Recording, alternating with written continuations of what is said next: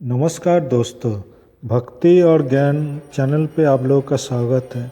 अगर मेरा कहानी आप लोग को अच्छा लगे तो प्लीज़ सब्सक्राइब कीजिए। Thank you. आज का शीर्षक, कौन बड़ा भक्त, कसाई या ब्राह्मण। कई साल पहले की बात है। भारतवर्ष में भोलापुर नाम का एक गांव था। उस गांव में एक बड़ा सा बाज़ार था। उस बाज़ार में एक मांस का दुकान था। उस दुकानदार का नाम चरण था।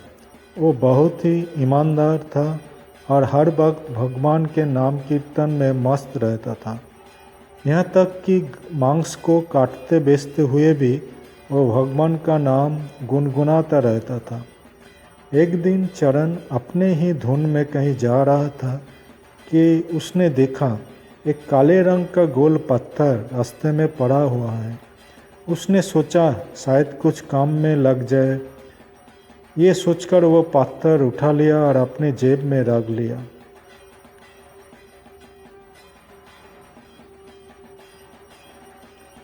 वापस आकर उसने वो पत्थर मांस के वजन को तोलने के काम में लगाया। कुछ ही दिनों में उसने समझ लिया कि ये पत्थर कोई साधारण नहीं है। जितना वजन उसको तोलना होता, पत्थर उतने वजन का हो जाता है। धीरे धीरे ये बात चारों तरफ फैल गया।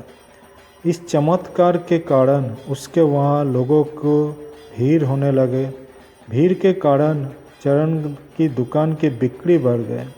उसी गांव में एक ब्राह्मण रहता था। उनका नाम हरप्रसाद शास्त्री था। बात ब्राह्मण तक भी पहुंची। हालांकि वो ऐसी अशुद्ध जगह पर नहीं जाना चाहती थी जहां मांस काटता हो बेचता हो, लेकिन चमत्कारिक पत्थर को देखने की उत्सुकता ने उन्हें दुकान तक खींच लिया।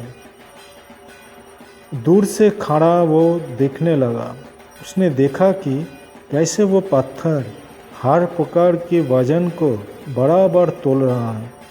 ध्यान से देखने पर उनके शरीर के रोम खड़े हो गए। भीड़ के हटने के बाद ब्राह्मण चरण कसाई के पास गया। ब्राह्मण को अपनी दुकान में आया देखकर चरण प्रसन्न हुआ और आश्चर्यचकित भी।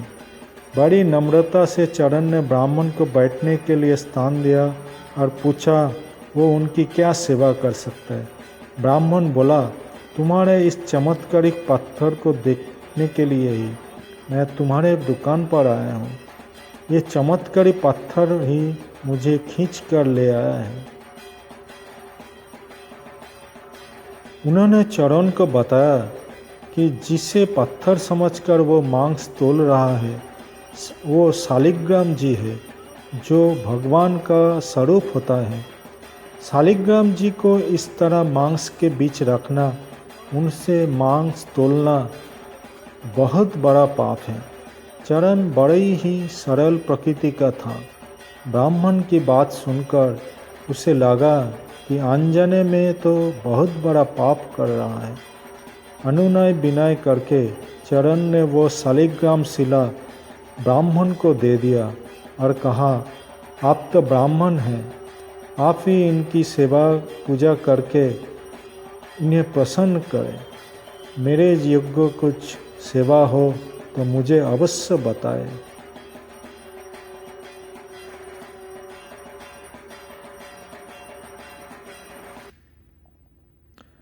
ब्राह्मण उस शालिग्राम शिला को बहुत ही सम्मान से घर ले आए। घर आकर उन्होंने श्री शालिग्राम जी को स्नान करवाया, पंचामृत से अभिषेक किया और पूजा अर्चना आरंभ कर दी। कुछ दिन ही बीते थे कि उन ब्राह्मण को सपनों में श्री शालिग्राम जी आए। वो कहा, हे ब्राह्मण, मैं तुम्हारी सेवाओं से प्रसन्न हूँ, किंतु तुम मुझे उस कसाई के पास छोड़ाओ। सपने में ही ब्राह्मण ने कारण पूछा तो उत्तर मिला, तुम मेरा अर्चना पूजा करते हो, मुझे बहुत अच्छा लगता है, परंतु जो भक्त मेरे नाम का गुणगान कीर्तन करते रहते हैं, उनकी मैं अपने आप को भी भेज देता हूँ। चरण तुम्हारी तरह मेरा अर्चन नहीं करता है, परंतु वो हर समय मेरा नाम कीर्तन करता रहता है, जो कि मुझे अच्छा लगता है। इसलिए तो मैं उसके पास गया था। ब्राह्मण अगले दिन ही चरण कसाई के पास गया।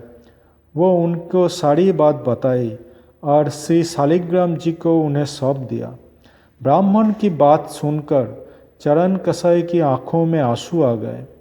वो बोला, मुझे मंत्र तंत्र नहीं आता, फिर भी भगवान की मेरे ऊपर इतना दया, इतना कृपा।